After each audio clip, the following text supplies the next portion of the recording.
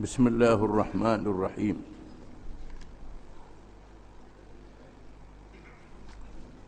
Sesungguhnya Al-Quran itu sebenarnya suatu mukjizat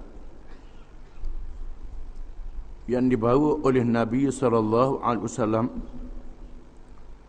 ketika mencabar kaumnya yang menentang petunjuk Allah. Bahkan umat Muhammad SAW telah mencabar seluruh manusia yang menentang dalam segala bidang ilmu, kezaliman dan putar belit mereka untuk menandingi Al-Quran. Sesungguhnya mereka tidak berjaya mencabar Al-Quran dan tidak akan berjaya sehingga hari kiamat. Oleh itu terpulanglah kepada mereka sama ada mahu beriman atau terus berdegil. Sesungguhnya wajib beriman dengan berlakunya mukjizat bagi Nabi kita Muhammad sallallahu alaihi wasallam. Dan Al-Quran itu salah satu daripadanya. Bahkan ia menjadi mukjizat yang berkekal. Quran adalah mukjizat yang paling besar yang diberi kepada Nabi kita Muhammad sallallahu alaihi wasallam. Berbeza dengan mukjizat rasul-rasul sebelum daripadanya, hanya didengar cerita saja, tak ada lagi pada hari ini. Adapun mukjizat Al-Quranul Karim hidup, tidak mati dengan wafat atau matinya Nabi sallallahu alaihi wasallam. Mereka yang berjuang, yang berdakwah pada hari ini terus berpegang dengan Quran, mencabar siapa sahaja yang nak lawan Islam. Sama ada kalangan padri-padri, pendeta-pendeta, ataupun kalangan ahli-ahli politik, ahli-ahli ekonomi, ahli apa sahaja yang menganut fahaman mereka. Bila diajar bermuzakarah, ajak berdebat, mereka tak nak. Kerana kita berpegang dengan Quran, dalil yang kuat, tak nak. Mereka melarikan diri. Mereka mengelak dengan berbagai-bagai cara. Ini menunjukkan Quran adalah mukjizat yang hidup. Termasuk mereka yang mengaku mereka juga nak ke Islam. Kalau nak ke Islam, mai balik ke Quran. Baca Quran tengok. Buka tafsir-tafsir dia. Tengok siapa dia betul. Larilah puak-puak yang menipu ni. Larilah tak mau. Adapun mereka yang sungguh-sungguh berpegang dengan agama, mereka tak takut bila berbeza pendapat. Kerana nak mencari yang betul. Contohnya imam-imam mazhab. Imam-imam mazhab dalam Islam yang ikhlas dengan Islam. Di antaranya 4 mazhab yang terkenal di dalam ahli sunnah wal jamaah. Mereka bersedia mengalah sekiranya ada hujah yang lebih kuat dalam perkara yang tidak jelas dalilnya. Kalau tak jelas dalilnya, mereka terbuka bincang. Kalau ada hujah yang kuat, itulah yang kita pakai. Inilah ucapan Imam Abu Hanifah, Imam mazhab Hanafi. Inilah ucapan Imam Malik, Imam mazhab Maliki. Inilah ucapan Imam Syafi'i, Imam mazhab Syafi'i. Dan ucapan Ahmad bin Hanbal, Imam mazhab Hanbali. Adapun ada ulama-ulama yang kemudian duduk kerah dengan mazhab dia, tak boh mazhab lain salah belaka, itu hak yang bodoh dalam mazhab. Yang mengaji tak habis, yang mengaji mendalam dalam hukum fiqh ni, dia ikut Imam Syafi'i sungguh, ikut Imam Abu Hanifah sungguh. Bahkan dalam mazhab Hanafi ada Abu Yusuf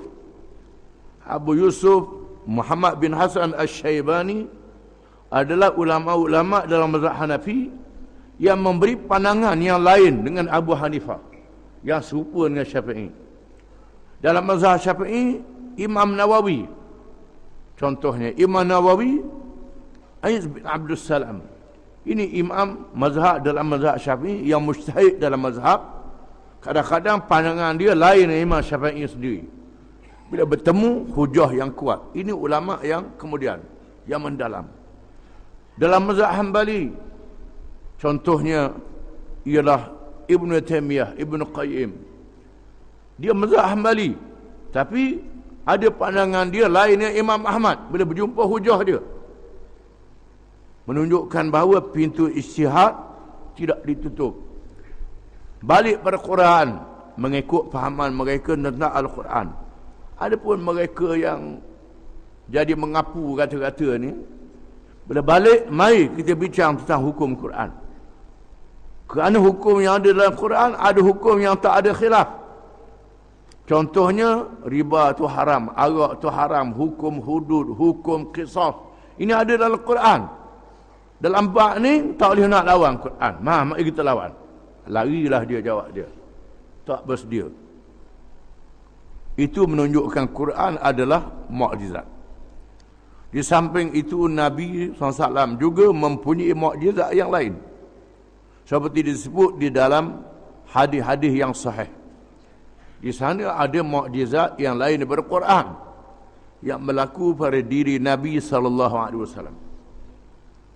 Masa dia hidup. Bila dia mati, tak ada lah. Ini ada ceritanya. Di antaranya ialah an Jabirin radhiyallahu anhu qala atashan nasu yawmal Hudaybiyah fa atau Rasulullah sallallahu alaihi wasallam wa baina yadayhi rakwatun wa qalu laysa indana ma natawaddau bihi wala ma nashrabu illa ma fi rakwatina. فوضع صلى الله عليه وسلم يده في الركوة فجعل الماء يفور بين أصابعه كأمثال العيون فتوضعنا وشربنا. قيل لجابر كم كنتم يومئذ؟ قال لو كنا 100,000 لكفانا. كنا 15 أخرجه الشيخان. Maksudnya dari Jabir radhiyallahu an, katanya para sahabat telah dahaga pada hari Hudaybiyah. Lalu mereka datang bertemu Rasulullah sallallahu alaihi wasallam. Di hadapannya ada pekah air. Lalu mereka berkata, kami tidak mempunyai air untuk berwuduk dan minum, melainkan apa yang ada di dalam bekas Rasulullah sallallahu alaihi wasallam. Rasulullah SAW pun meletakkan tangannya ke dalam bekas itu. Tiba-tiba terpancar air dari celah-celah jarinya. Maka kami pun berwuduk dan minum. Lalu ditanyakan Jabir, berapakah jumlah kamu pada hari itu?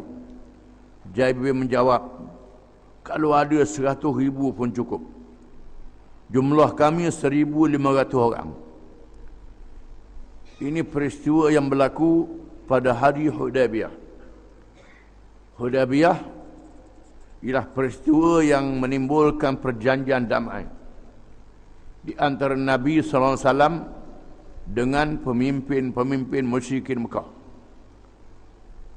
Pada tahun Nabi SAW dengan sahabat-sahabatnya nak mengerjakan umrah kerana terlalu rindu kepada Mekah yang sudah lama ditinggalkan, dan bermimpi pula masuk Mekah. Mimpi masuk Mekah, mimpi seorang Nabi adalah benar, akan berlaku. Maka Nabi pun suruh sahabat-sahabat dia bersedia untuk mengerjakan umrah. Dan tak dibenar membawa panah, bawa lembing, bawa senjata pendek saja, menandakan mereka tidak berperang. Menjadi adat sejak zaman jahiliyah, tak boleh dihalang orang nak masuk Mekah. Apabila Nabi yang salam yang jumlahnya 1,500 nak masuk Mekah, tiba-tiba dihalang oleh bala tentera musyrikin. Tak dibenar masuk. Tetapi Nabi tidak menyerang kerana niatnya bukan nak berperang. Akhirnya Nabi menghantar menantunya Sayyidina Uthman bin Affan radhiyallahu anhu berunding minta kebenaran nak masuk. Tiba-tiba Sayyidina Uthman tak balik, menandakan Sayyidina Uthman sudah ditahan. Lalu Nabi minta bai'ah. Minta bai'ah ni minta janji setia dengan sahabat-sahabatnya untuk berperang. Walaupun dengan senjata yang pendek, tak balik mereka akan masuk Mekah. Berbai'ah untuk mati. Bai'ah yang disebutkan oleh Allah dalam Quran. Yadullahi fawqa aydihim. Tangan Allah di atas tangan-tangan mereka yang berbai'ah. Menandakan satu bai'ah dan janji setia yang teguh. Nabi bersandar di bawah pokok kayu di Hudaybiyah. Hudaybiyah ni ialah jalan ke Jeddah. Dan boleh juga buat umrah daripada situ. Lalu sahabat seorang demi seorang berbai'ah dengan Nabi.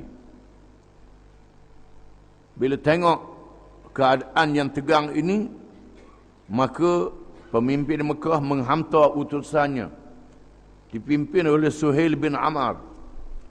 Suhail bin Amr yang masih lagi kafir di masa itu. Suhail bin Amr ni seorang perunding. Perunding yang bijak. Sama dengan Ammar bin As yang pernah dihantar ke Habasyah. Ammar bin As berhijrah ke Madinah masuk Islam. Suhail bin Amr balik ke Mekah tak masuk Islam.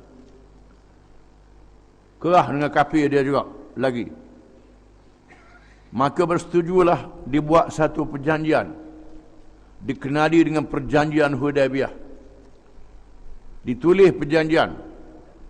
Sayyidina Ali suruh menantu Sayyidina Ali Karamallahu wajhah, tulis surat perjanjian. Nabi kata tulis, inilah perjanjian yang dimeteraikan di antara Muhammad Rasulullah dengan Suhail bin Amr. Nabi dah tulis Bismillahirrahmanirrahim. Tulis Bismillahirrahmanirrahim. Suhail bin Amr kata, kami tak mau guna Bismillahirrahmanirrahim. Kami tak pernah dengar Bismillahirrahmanirrahim. Kerahnya dia. Tak mau Bismillahirrahmanirrahim. Tulis Bismikallahumma. Tulis nama Allah saja. Bismikallahumma. Nabi kata, tulis Bismikallahumma. Lalu Sayyidina Ali pun tulis Bismikallahumma. Menunjukkan bahawa kita tak boleh larang orang kafir nak kata Allah, katalah mu. Dia kata tak betul, itu hal dia. Ada pula tak boleh orang kafir tak boleh sebut nama Allah. Sebut nama Allah lepas dia. Itu tak erti dah lalu tu. Dan ada orang tak erti hari ni, banyak orang tak erti susahnya. Ini perjanjian Hudaybiyah. Tulis. Nabi kata tulis Bismikallahumma. Dia nak sangat. Tulis Bismikallahumma. Inilah perjanjian di antara Muhammad Rasulullah dengan Suhail bin Amr. Suhail kata aku tak setuju mutulis Muhammad Rasulullah. Kalau tulis Rasulullah aku masuk Islam, aku tak masuk Islam lagi. Kami tak terima Rasulullah. Tulis bin ayahmu, Muhammad bin Abdullah. Nabi kata tulis. Sayyidina Ali tulis dah Muhammad Rasulullah. Dekat mana? Sayyidina Ali tanya, Nabi tanya Sayyidina Ali. Sayyidina Ali pun tunjuk. Di sini Rasulullah, perkataan Rasulullah. Buang perkataan tu. Sayyidina Ali tak mahu buang. Lalu Nabi tunjuk kat mana? Sayyidina Ali tunjuk, Nabi buang dengan tangan dia. Tulis Muhammad bin Abdullah. Tulis hak dia nak. Muhammad bin Abdullah. Dengan Suhail bin Amr. Maka dibuatlah perjanjian. Antaranya, mana-mana orang Mekah yang pergi ke Madinah, dihantar balik. Mana-mana orang Madinah yang lari ke Mekah, tak dihantar balik. Berat sebelah perjanjian ni. Nabi kata tulis, mana-mana orang Mekah Yang berhijrah ke Madinah tak boleh berhijrah. Mana-mana orang Madinah yang pergi ke Mekah, tak boleh hantar balik. Terus di Mekah. Ada pun orang Islam hak Mekah pergi ke Madinah kena hantar balik. Nabi kata tulis. Sayyidina Umar, Sayyidina Abu Bakar, sahabat panah hati ni, berat sebelah perjanjian ni. Tulis lagi, Muhammad dan pengikut-pengikutnya tak boleh buat umrah tahun ni. Kena buat umrah tahun depan. Nabi kata tulis, tak boleh buat umrah tahun ni, kena umrah tahun depan. Mana dah pakai ihram dah ni? Tulis, tak apa dah buat umrah tahun ni. Perjanjian Hudaybiyah. Kemudian semua pihak boleh bergabung dengan Muhammad, boleh bergabung dengan pemimpin Mekah. Dalam tempoh beberapa lama tak boleh diserang menyerang antara satu sama lain.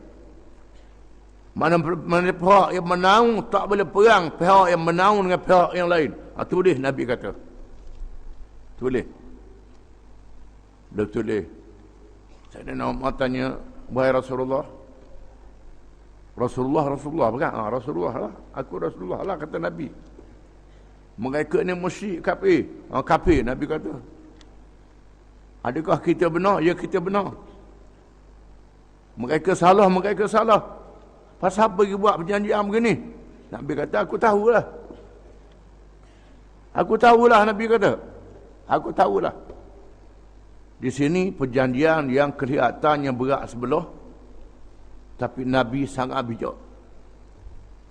Sangat bijak Nabi dalam perjanjian ini. Di mana-mana, contohnya mana-mana orang Mekah yang masuk Islam, pergi ke Madinah, kena hantar balik ke Mekah. Tak apa, dia hidup Mekah, berdakwah di Mekah. Tapi tak boleh ganggu orang Islam. Orang Islam tak boleh diganggu, tak boleh berperang. Ini dia. Dia ada duduk Mekah, dia berdakwah di Mekah. Berdakwah, tak apa. Mana-mana orang Madinah, hak murtad ni, lari ke Mekah, tak dia hantar balik. Hak murtad, biar dia lari lah. Tak apa dia lari, dia murtad. Lari. Duduk apa Madinah buat susah, jadi spy, jadi apa macam-macam, biar dia lari. Ni bijaknya Nabi. Kemudian tahun ni tak boleh buat umrah. Tak usah buat umrah, tak apalah. Tak usah buat umrah. Dah apa kan umrah wajib kan? Tak apa, ada lagi hak lebih wajib lagi. Ya, itulah politik. Ini wajib. Kita kata kena buat umrah ni tak boleh ni. Ni Nabi kena faham ni. Kerana bila dia terima perjanjian Hudaybiyah, bermakna dia mengiktiraf Madinah adalah sebuah kerajaan. Itu dia, sebuah kerajaan dari segi politik. Nabi memahami pandangan politik. Bila pemimpin Mekah menerima perjanjian Hudaybiyah, bermakna dia terima Madinah adalah satu kerajaan. Ini penting. Umrah boleh tangguh, tak apa. Boleh tangguh. Kita tak boleh tangguh umrah ni, tak boleh. Kalau pilihan raya kan dia umrah dulu. Ni hak sunat pula tu bukan hak wajib. Ni tak kena faham ni. Kena faham, itu dia. Lepas tu tak boleh serang menyerang. Akhirnya berlaku, mereka akan serang. Di mana orang musyrik ini tak pegang dengan janji. Ini menyebabkan mereka akan jatuh pada akhirnya. Nabi suruh bayar dam. Allah Ta'ala menurunkan ayat, wa atimmul hajja wal umrata lillah fa in uhsirtum famastaysara minal had. Itu ayat Quran. Sempurnakan haji dan umrah kerana Allah. Fa in uhsirtum famastaysara minal had. Maka jika sekiranya kamu dihalang, Tuhan kan ayat Quran, kamu dihalang tak boleh masuk Mekah, kamu dah pakai ihram, famastaysara minal had, hendaklah dibayar dam.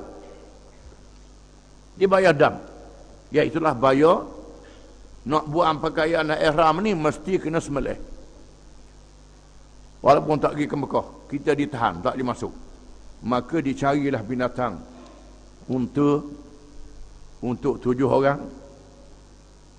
lembu untuk 7 orang, kambing dan biri untuk seorang.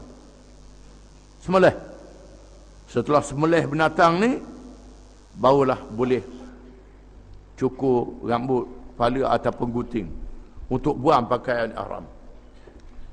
Nabi suruh buat, masing-masing senyap, awak tak tahu. Senyap, awak tak tahu. Nabi masuk ke kemah, Nabi kata sudah. Bapak ni suruh, awak tak tahu. Ummu Salamah radhiyallahu anha kata, "Oh ya Rasulullah, Rasulullah buatlah tu belajar orang." Ummu Salamah ni bijak. Buat. Nabi pun tubik, Nabi pun sembelih binatang, mulai ikut, tambah ikut sudah. Habis pakai sembelih belaka, ikut habis. Ini perjanjian Hudaybiyah. Yang berakhir dengan Nabi buat umrah tahun depan. Buat apa lama, orang ramai masuk Islam. Bila tidak ada perang, tak ada penekanan, orang berani masuk Islam. Beribu-ribu orang masuk Islam lepas pada itu. Kemudian Bani Bakar yang menaung dengan Mekah yang kafir menyerang Khuza'ah yang menaung dengan Nabi. Orang kafir juga menaung dengan Nabi, telah diserang. Lalu Nabi menganggap ini melanggar perjanjian Hudaybiyah dan Nabi bawa bala tentera bulan Ramadan. Bulan Ramadan bulan puasa. Bulan puasa. Nabi bawa bala tentera untuk menyerang Mekah di bulan Ramadan. Nabi suruh bersiap. Bersiap mereka. Kita tak beritahu di mana-mana. Bersiap, Nabi kata. Tak beritahu. Aisyah pergi. Nabi Abu Bakar tanya Aisyah, Rasulullah beritahu nak pergi ke mana? Tak beritahu. Tak beritahu, suruh bersiap. Siap dengan senjata. Nak berperang. Bulan puasa ni. Siap. Masing-masing buat tak tahu. Bersiap. Abu Bakar tanya, nak ke mana? Tanya Aisyah. Nabi tak beritahu. Lepas tu Jibril beritahu ke Nabi, turun Jibril, wahai Muhammad, ada seorang perempuan duduk di satu kawasan kebun. Dia bawa surat, bawa satu surat. Nabi kata, Jibril kata, pergi ambil, pintah perempuan tu. Lalu Nabi suruh Ali dan Az-Zubair radhiyallahu anhuma menunggang kuda dengan cepat memintas seorang perempuan yang duduk di satu kawasan kebun nak pergi ke Mekah. Minta perempuan tu serah surat. Serah surat. Perempuan tu kata tak ada surat. Serah. Sayyidina Ali Zubair kata tak ada. Kalau mu kata tak ada, aku lorah pakaian. Aku lorah pakaian. Ada surat, aku akan ambil walaupun terpaksa lorah pakaian. Di sini menunjukkan bahawa dalam penyiasatan polis ke siapa dia ke dalam jenayah, kalau ada orang degil, boleh pakaian dia. Siap dia polis perempuan, suruh polis perempuan lah lorah pakaian, lorah dadah dia, ada tak dadah dia. Ini kaedah hukum, hukum syarak yang dibolehkan. Masa tu Sayyidina Ali lelaki pun kerana dalam keadaan darurat Nabi suruh. Lalu perempuan tu pun tak dan lorah lah. Waktu bit surat dalam rambut dia. Orang rambut panjang, dia tuduh susu. Sayyidina Ali dengan Zubair tak baca surat tu. Buat balik ke Mekah. Serah ke Nabi dan Nabi suruh baca. Daripada Hatib bin Abi Balta'ah kepada pemimpin Mekah, memberitahu Nabi dan sahabat-sahabatnya bersedia untuk nak serang Mekah. Rahsia sudah dibocorkan. Nabi kata, apa Hatib? Sayyidina Umar kata, dia ni sudah khianat, sudah munafik. Sayyidina Umar kata, bunuh dia ni, pancung leher dia. Kerana membocor rahsia peperangan adalah rahsia negara, keselamatan. Memang mengikut hukum Islam boleh bunuh. Nabi kata, Hatib kita tak boleh bunuh. Hatib tak boleh kerana dia ahli Badar. Kerana dia hadir perang Badar. Ini keistimewaan ahli Badar. Dia hadir perang Badar dan Allah Ta'ala berfirman kepada ahli Badar, ya ahla Badrin i'malu ma syi'tum qad ghafartu lakum. Wahai ahli Badar, buat apa yang membuat, aku ampunkan dosamu. Ini jaminan daripada Allah kepada sahabat-sahabat ahli Badar. Dia buat salah tak boleh hukum. Jadi orang yang hadir perang Badar ni ada lesen besar daripada Allah Ta'ala. Maka Nabi tak boleh hukum. Nabi kata, apa ni wahai Hatib? Hatib kata, ya Rasulullah, saya beriman. Saya beriman dengan ikhlas kerana Allah dan Rasul. Saya tidak munafik. Sebab saya buat begini kerana saya ada anak isteri di Mekah yang tak boleh berhijrah dengan saya. Saya bimbang kedudukan mereka diganggu oleh musuh di Mekah. Orang lain ada waris dia, jaga dia. Saya tak ada waris yang jaga anak isteri saya yang kuat, tak ada. Maka saya nak buat sesuatu supaya keluarga saya di Mekah tak diganggu. Itu tujuan dia. Tujuan dia tu baik, tapi cara dia salah. Cara dia tak betul. Tak betul kerana membocor rahsia. Rahsia peperangan. Kerana peperangan ni mesti dirahsiakan. Sebagai satu strategi musuh tak tahu. Tapi dengan pertolongan Allah, dia beritahu tak siapa. Kerana perempuan yang bawa surat ditahan. Itu cerita Hudaybiyah. Maka akhirnya Nabi membuka Mekah pada bulan Ramadan. Nabi suruh sedia bertolak bulan Ramadan. Siapa tengah jalan, Nabi buka. Nabi buka, tak puasa. Kerana nak perang. Tak perang, ada orang lapar, tak boleh lah. Nabi berbuka puasa. Sahabat pun ikut buka puasa sama. Sahabat pun buka puasa ikut Nabi. Dah Nabi makan, makanlah bulan Ramadan. Kerana nak berperang. Maka makan nak berperang. Itu cerita Hudaybiyah. Jadi cerita mukjizat ni pada masa nak buat perjanjian Hudaybiyah tu, duduk situ ramai-ramai berkumpul. Dah duduk banyak hari, kena sekat menyebabkan air tak ada. Air ada dalam bekas tu hak Nabi je. Sahabat mengatakan, Rasulullah, air tak ada, nak macam mana ni? Kami nak minum pun tak ada, nak ambil air sembayang. Air sembayang tak apalah, boleh tayamum. Nak minum ni. Nabi pun celup dalam bekas. Tiba-tiba tubik air macuk dari jari Nabi. Nabi kata, ambil. Aku. Nabi kata. Lalu mereka pun aku air ambil. Ubuh dalam bekas masing-masing. Berwudu, minum. Orang tanya, Jabir, jumlah kamu berapa masa tu? Jabir kata, kalau ada 100,000 cukup air tu. Kami masa tu ada 1,500. Dalam bekas yang kecil, keluar air. Air daripada mana tu? Ini daripada Allah Ta'ala. Mukjizat yang diberi kepada Nabi SAW. Macam hak Nabi Musa, dia katok tokak di batu. Terpancuk mata air 12 cabang dia. Itu Nabi Musa. Nabi kita tubik kot jari. Ini di antara mukjizat yang diriwayatkan oleh Bukhari dan Muslim. Berlaku pada Nabi kita Muhammad SAW. Itu satu mukjizat. An Abi Hurairah radhiyallahu anhu qala kunna an wallahu alam. Ini satu mukjizat lain pula.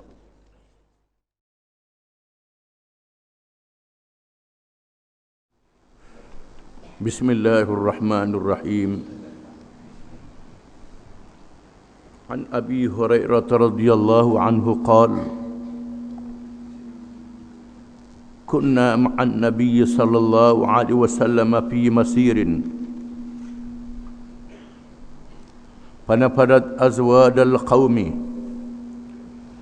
حتى هموا بنحر حمائلهم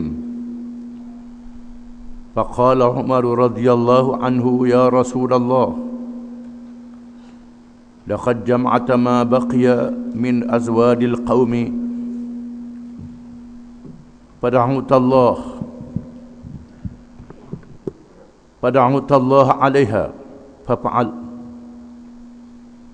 فجاء ذو البر ببره وذو التمر بتمره وذو النواة بنواته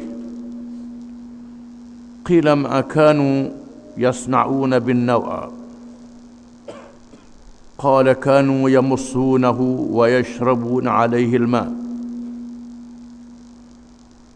فدعا عليها حتى ملأ القوم mazawidahum faqala 'inda dhalik ashhadu an la ilaha illallah wa anni rasulullah la yalqa Allah biha 'abdun ghairu syakin fiha illa dakhala al-jannah akhrajahu Muslim. Artinya dari Abi Hurairah radhiyallahu an, katanya kami pernah bersama-sama Nabi sallallahu alaihi wasallam dalam satu perjalanan, tiba-tiba kehabisan bekal, sehinggalah mereka mahu menyembelih unta pengangkutan. Maka Umar radhiyallahu anhu pun berkata, wahai Rasulullah, apa kata kalau dikumpulkan bekalan yang masih berbaki? Kemudian Rasulullah SAW doakan. Maka Rasulullah SAW melakukannya. Maka datanglah orang yang mempunyai gandum, membawa gandumnya. Orang yang mempunyai tamar, membawa tamarnya. Dan orang yang mempunyai biji-biji tamar juga membawa biji-bijinya. Lalu ditanyakan, apakah yang mereka buat dengan biji-biji tamar itu? Abu Hurairah memberitahu, mereka menghisapnya atau dicampur air untuk diminum. Maka Rasulullah SAW pun berdoa, sehinggalah mereka semua dapat memenuhkan bekas bekalan mereka. Ketika itu Rasulullah SAW pun bersabda, aku menyaksikan bahawasanya tidak ada Tuhan yang sebenar melainkan Allah, dan bahawasanya aku Rasulullah sesungguhnya tidak bertemu oleh seorang hamba akan Allah dengannya, yakni syahadah ini, tanpa syak padanya, malaikat dia masuk syurga. Hadis ini menceritakan satu lagi mukjizat Rasulullah SAW yang berlaku di zaman hidupnya. Mukjizat yang lain daripada Al-Quranul Karim, iaitulah makanan yang sedikit boleh mencukupi jumlah yang ramai. Berlaku peristiwa yang diriwayatkan oleh Imam Muslim. Hadis riwayat Muslim, hadis sahih. Riwayat dari Abi Hurairah radhiyallahu an menceritakan bahawa Nabi dan sahabat-sahabatnya pernah musafir jauh, musafir berjihad, iaitulah biasanya untuk berperang, kecuali musafir pergi haji ke Mekah ataupun pergi umrah. Itu pun berlaku perkara yang mencabar juga, hampir nak berperang. Peristiwa Hudaybiyah, peristiwa Hajjatul Wada', itu sahaja yang berlaku dalam keadaan aman. Hadis ini menunjukkan musafir kerana berperang sudah tentu perjalanannya jauh. Yang paling jauh ialah perjalanan ke Tabuk. Dalam perjalanan yang jauh itu, di padang pasir pula, menyebabkan kurang bekalan. Makanan tidak mencukupi, sehingga terpaksalah menyembelih unta-unta kenderaan. Kerana unta kenderaan ini di dalam goh dia tu, di belakang tu ada air banyak, simpanan air yang boleh digunakan untuk minum. Itu ialah perkara menakjubkan yang dijadikan oleh Allah pada binatang unta. Apala yanzuruna ila al-ibli kaifa khuliqat. Adakah kamu tidak lihat bagaimana binatang unta itu dijadikan?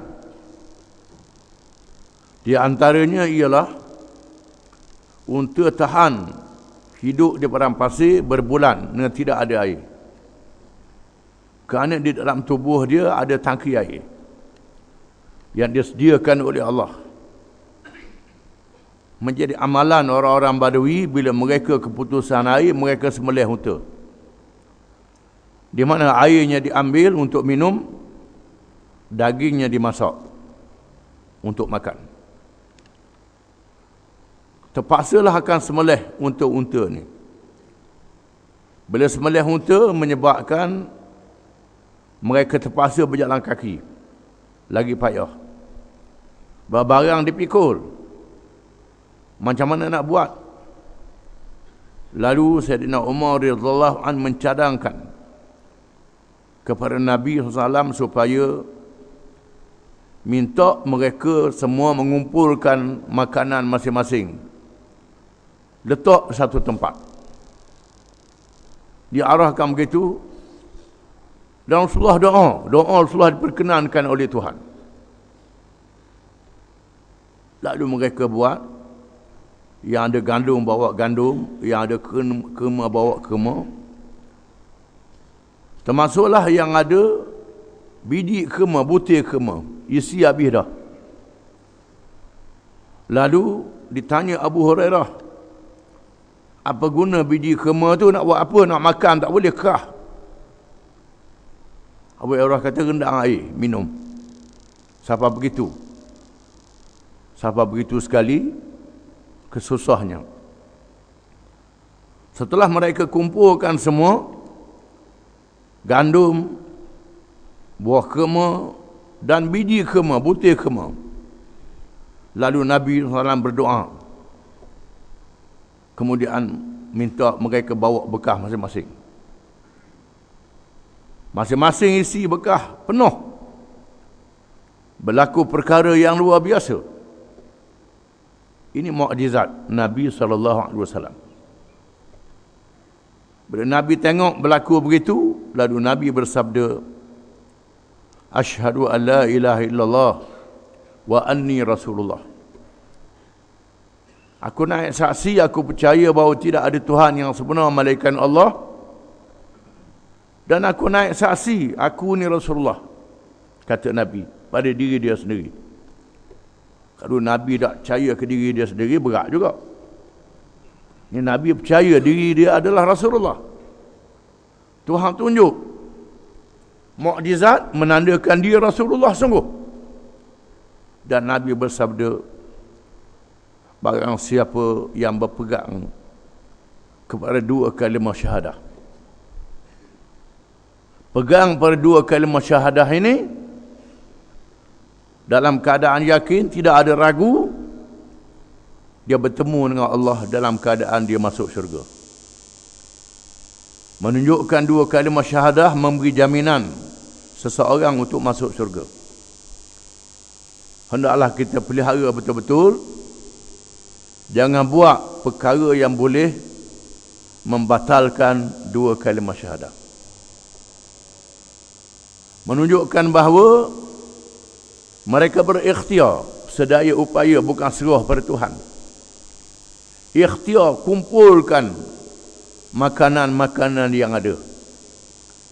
Makanan yang ada dikumpulkan. Ikhtiar habis-habis. Setelah ikhtiar habis-habis, masing-masing menyerah makanan dia dan sanggup, sama senang sama susah. Dan Nabi berdoa bersama dengan sahabat-sahabat yang ikhlas. Maka Allah Ta'ala jadikan makanan yang sedikit mencukupi untuk jumlah yang ramai. Ini mukjizat. Tak payah sembelih unta. Unta ni digunakan untuk lain. Untuk bawa kenderaan. Pernah berlaku dalam kisah yang lain menunjukkan bagaimana unta ni penting di dalam peperangan. Apabila Sayyidina Umar radhiyallahu an denda terhadap Khalid bin Walid radhiyallahu an. Abu Bakar denda Khalid bin Walid, bukan Sayyidina Umar. Abu Bakar denda Khalid bin Walid. Kerana Khalid bin Walid ditugaskan untuk memimpin tentera menyerang Parsi, membantu Abu Ubaid, membantu Sa'ad bin Abi Waqqas, membantu tentera Islam yang menghadapi Parsi. Setelah dia mengalahkan tentera Parsi, dia suruh tentera dia pergi dulu. Kebetulan musim haji. Tentera dia pergi dulu, dia ikut belakang. Rupanya dia pitah pergi ke Mekah musim haji. Orang tengok dia pergi Mekah buat haji. Lalu seorang sahabat beritahu kepada Sayyidina Abu Bakar, wahai khalifah, saya tengok Khalid ni pergi ke Mekah. Abu Bakar kata, apa pula ni? Aku suruh dia pimpin tentera tinggal pergi ke Mekah. Apa pergi ke Mekah? Tinggal anak buah dia. Lalu Sayyidina Abu Bakar tulis surat kepada Khalid bin Walid. Bila siapa surat ni, aku perintahkan mu pergi ke Syam. Pergi ke Syam untuk bantu Abu Ubaidah yang sedang menghadapi tentera Rom. Untuk menghadapi tentera Rom, menghadapi sahabat-sahabat yang menghadapi Rom. Pergi ke Syam. Nak pergi ke Syam, terpaksalah lalu ke Mekah. Zaman dulu tidak ada jalan pintas. Kerana jalan pintasnya daripada Iraq, padang pasir. Padang pasir, tak ada lembah, tak ada air, tak ada apa.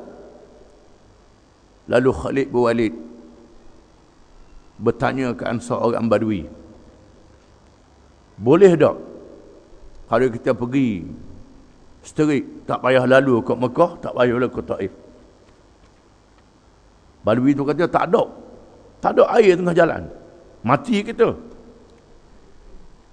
Macam mana cara nak buat? Kata orang Badui itu, pilih unta gemuk-gemuk. Pilih unta gemuk-gemuk, tubuh besar, dalam berapa puluh ekor. Lepas tu puasakan unta tu. Dia suruh unta puasa. Doa minum air. Puasakan unta tu. Lepas tu baru minum air. Minum air dengan sebanyak-banyaknya. Lepas tu kita berjalan. Siapa tengah jalan, bila habis air kita sembelih pasal ekor. Itu cerita unta ni. Lalu mereka pun berjalan meredah padang pasir Iraq, pergi ke Syam. Yang jauh perjalanannya dengan padang pasir. Ini kepintaran Khalid bin Walid, menggunakan kepakaran pengalaman seorang Badui. Siapa tengah jalan habis air, lalu dia sembelih seekor sari. Sembelih ambil air, dia sembelih 7-8 ekor, berapa ekor untuk cukup bala tentera dia. Seminggu lagi nak sapa, habis unta. Macam mana nak buat?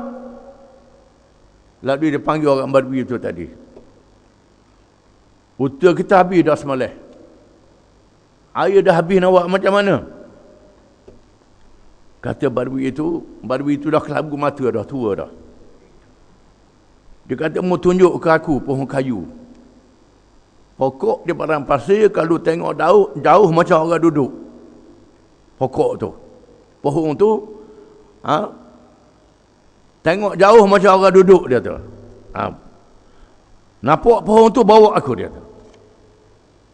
Lalu dia bawa ke pokok tu dan suruh gali bawah. Di umbi dia ada air, dia tu. Ada air. Akhirnya Khalid bin Walid sapa ke Syam. Dan Sayyidina Abu Bakar mati. Abu Ubaidah jadi ketua dan dia terlibat dengan Abu Ubaidah Amir bin Jarrah. Sayyidina Umar, Sayyidina Abu Bakar latih jadi ketua, Kemudian Sayyidina Umar naik, Sayyidina Umar pecah dia daripada ketua, hantar Abu Ubaidah Amir bin Jarrah. Abu Ubaidah ni ialah seorang sahabat yang besar, yang lebih bijak lagi daripada Khalid bin Walid. Khalid bin Walid ini hanyalah seorang jeneral tentera, bukan seorang pentadbir. Adapun Abu Ubaidah ialah penglima dan seorang pentadbir yang boleh tadbir. Khalid bukan seorang pentadbir. Itu cerita yang masyhur dalam sejarah. Jadi kesimpulannya, unta ni sejenis binatang yang boleh dimanfaatkan di padang pasir. Hadis yang kedua, An Ma'an bin Abdurrahman qala sami'tu abi rahimahullah yaqulu sa'altu masruqan man adhana an-nabiy sallallahu alaihi wasallam bil jinni laylatan istama'u al-Qur'an faqala haddathani abuka يعني ابن مسعود أنه قال آذنت بهم شجرة أخرجه الشيخان. Artinya dari Ma'an bin Abdurrahman, katanya, aku telah mendengar ayahku rahimahullah berkata, aku telah bertanyakan Masruq. Masruq ialah seorang ulama tabi'in.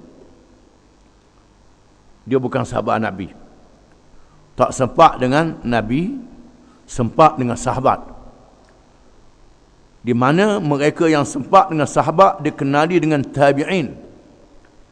Sahabat ialah mereka yang sempat dengan Nabi SAW. Masruq ni termasuk di dalam kibarut tabi'in, ulama besar di kalangan tabi'in.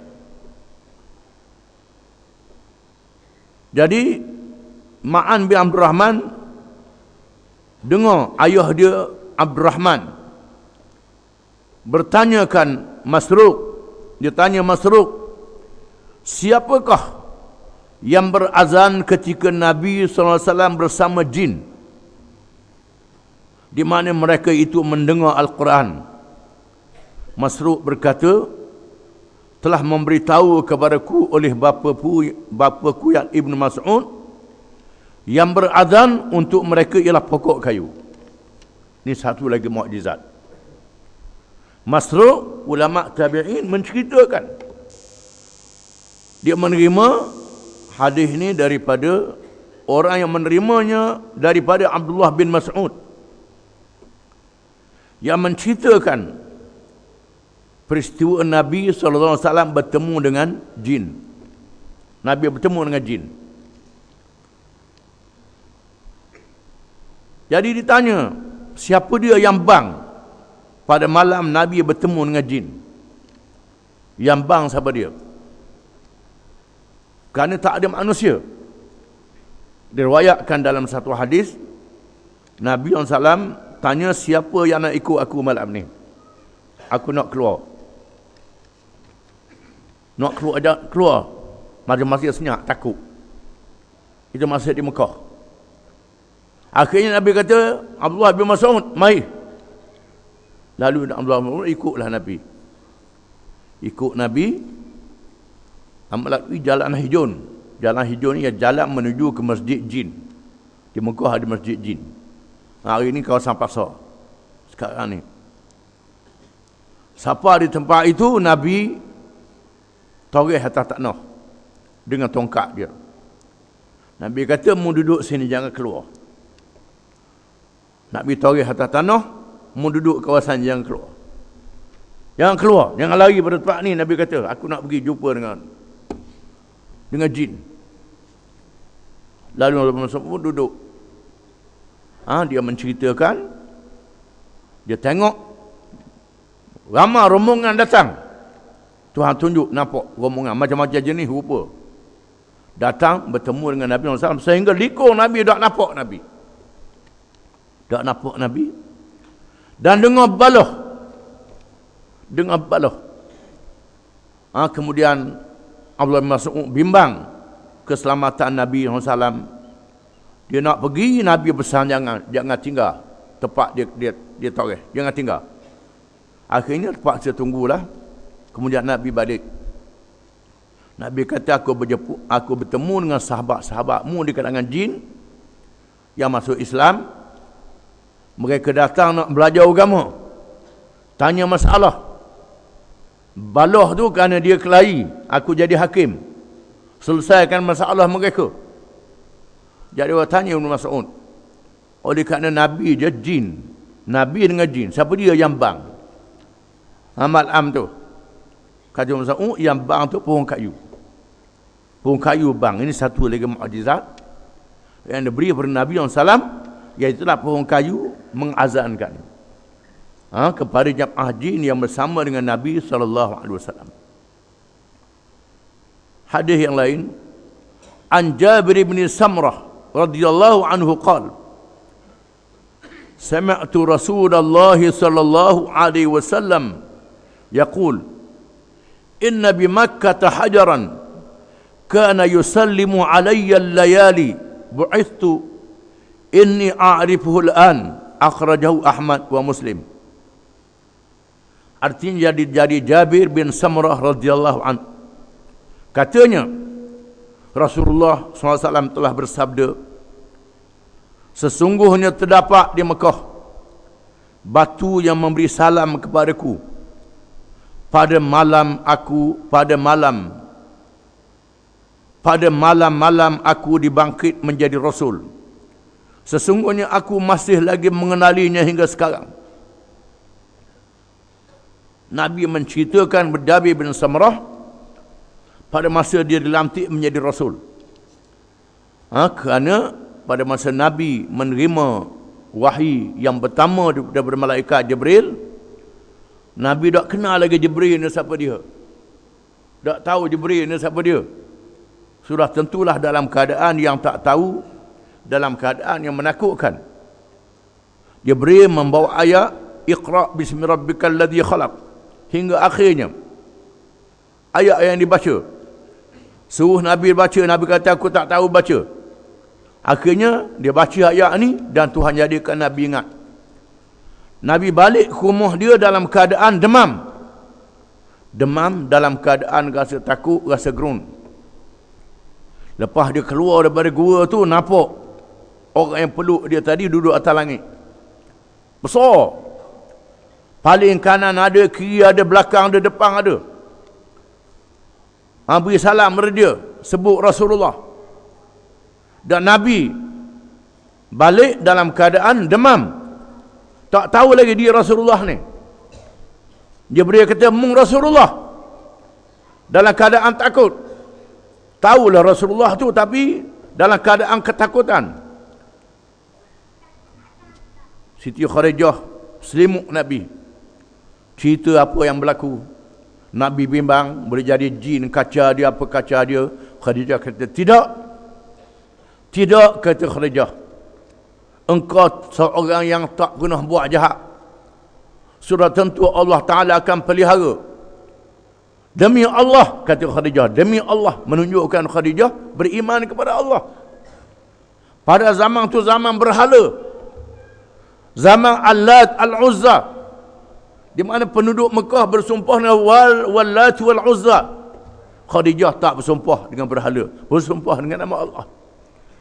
Menunjukkan Khadijah ialah seorang beriman dan orang yang pertama beriman kepada Nabi SAW. Orang yang pertama, belum pada Abu Bakar, Khadijah dulu beriman. Belum pada Ali, Khadijah dulu. Khadijah kata, engkau tidak diapa-apakan. Lepas tu Khadijah pergi tanya sepupu dia Waraqah bin Naufal. Waraqah ni seorang ulama yang baca kitab-kitab zaman dulu.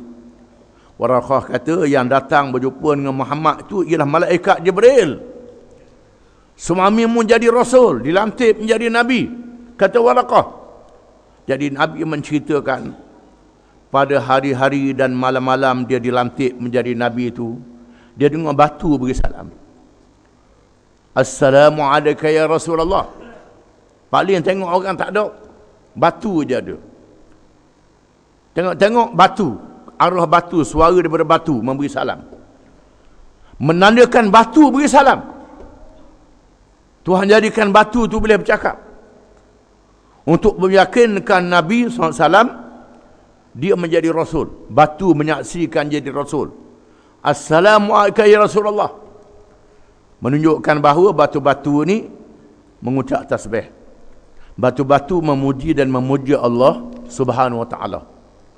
Oleh kerana itulah kalangan ulama mengatakan semolek-moleknya kalau kita nak letak nisan di kubur, sama ada pokok yang hidup ataupun batu yang hidup. Bukan batu yang mati, batu yang dibakar yang mati, batu yang hidup, batu betul.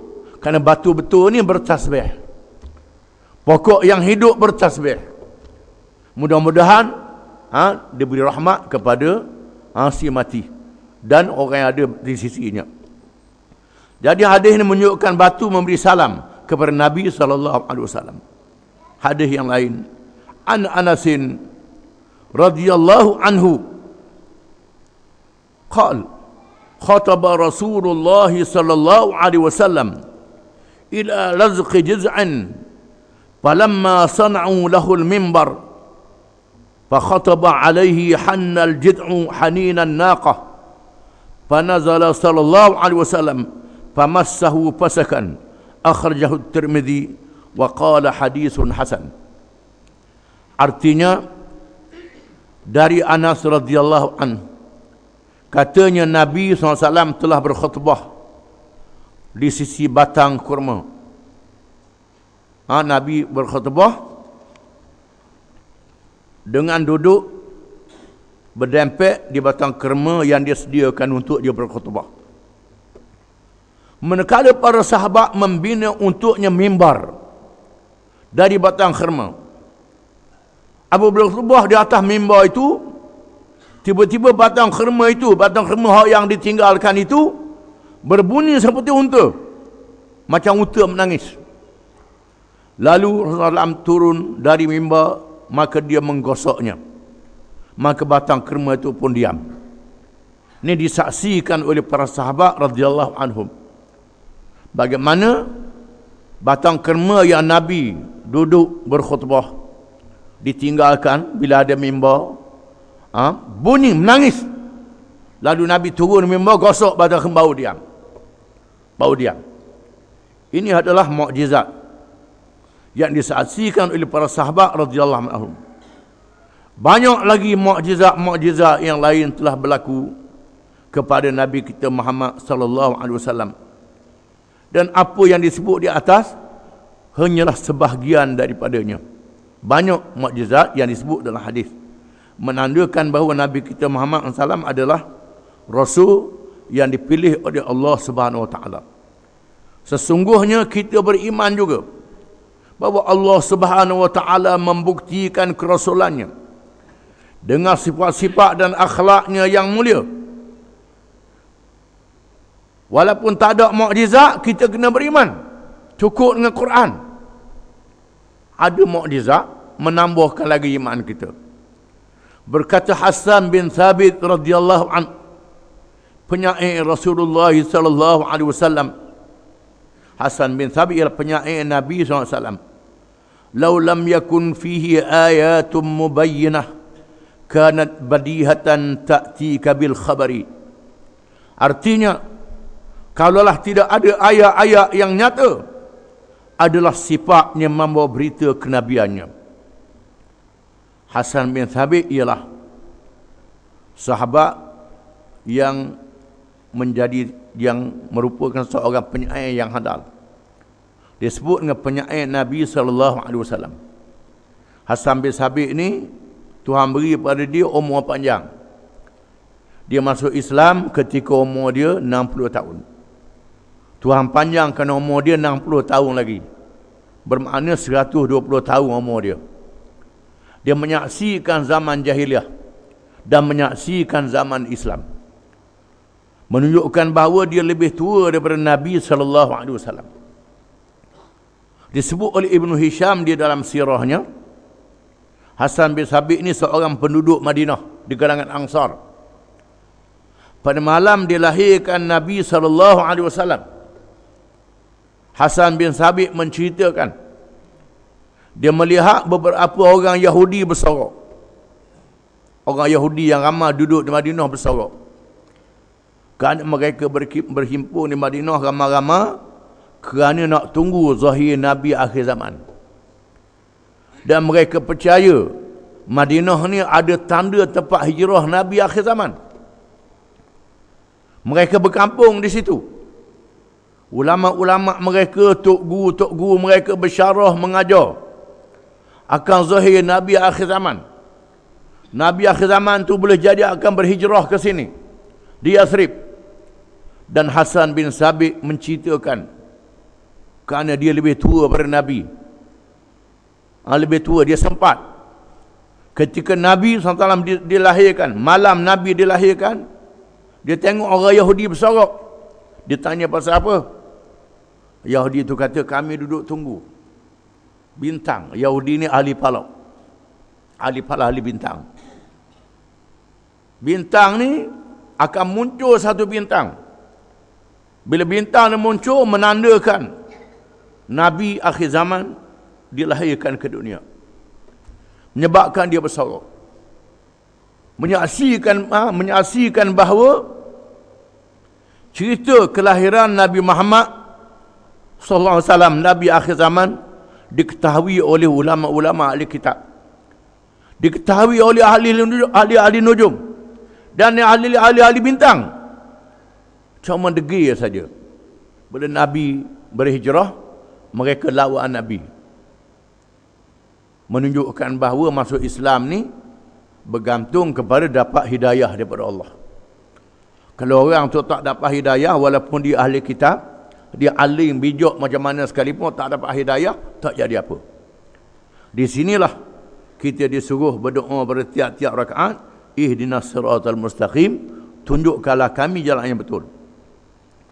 Tidak ada siapa pun di zamannya, yakni di zaman Nabi SAW, termasuk juga orang-orang kafir yang menentangnya, melihat sifat yang tidak baik berlaku pada diri Nabi SAW di sepanjang hidupnya. Di antaranya, dia tidak pernah berdusta, sama ada dalam hal dunia, apalagi dalam hal agama. Sama ada di masa telah menjadi Rasul atau sebelum menjadi Rasul. Kalaulah sekiranya ada sifat yang tidak baik pada pribadinya, sudah tentu akan menjadi bahan paling utama kepada penentang Islam. Tetapi mereka tidak ada modal untuk menyentuh akhlak Rasulullah sallallahu alaihi wasallam. Itu juga di antara tanda kenabiannya yang terpenting. Tanda kerasulan Nabi kita Muhammad SAW yang terpenting kepada kita orang Islam, lebih besar pada mukjizat lagi, ialah benarnya Nabi kita Muhammad SAW. Bila Nabi ini dilahirkan dalam keadaan benar, tak pernah bohong, tak pernah pelawak, bergurau dia pun benar juga, disaksikan oleh mereka yang hidup di zaman dia, yang tengok Nabi sejak dilahirkan, sejak zaman kanak-kanak hingga dilantik menjadi Rasul, tak pernah bohong. Sepatutnya bila Nabi beritahu dia jadi Rasulullah, cukup untuk beriman, cukup untuk percaya. Tak adalah alasan untuk tolak Nabi SAW. Maka wajib kita beriman kepada Nabi SAW, apalagi dengan adanya mukjizat. Dan bagi kita di akhir zaman ni, mukjizat Al-Quran adalah mukjizat yang masih hidup. Wallahu a'lam.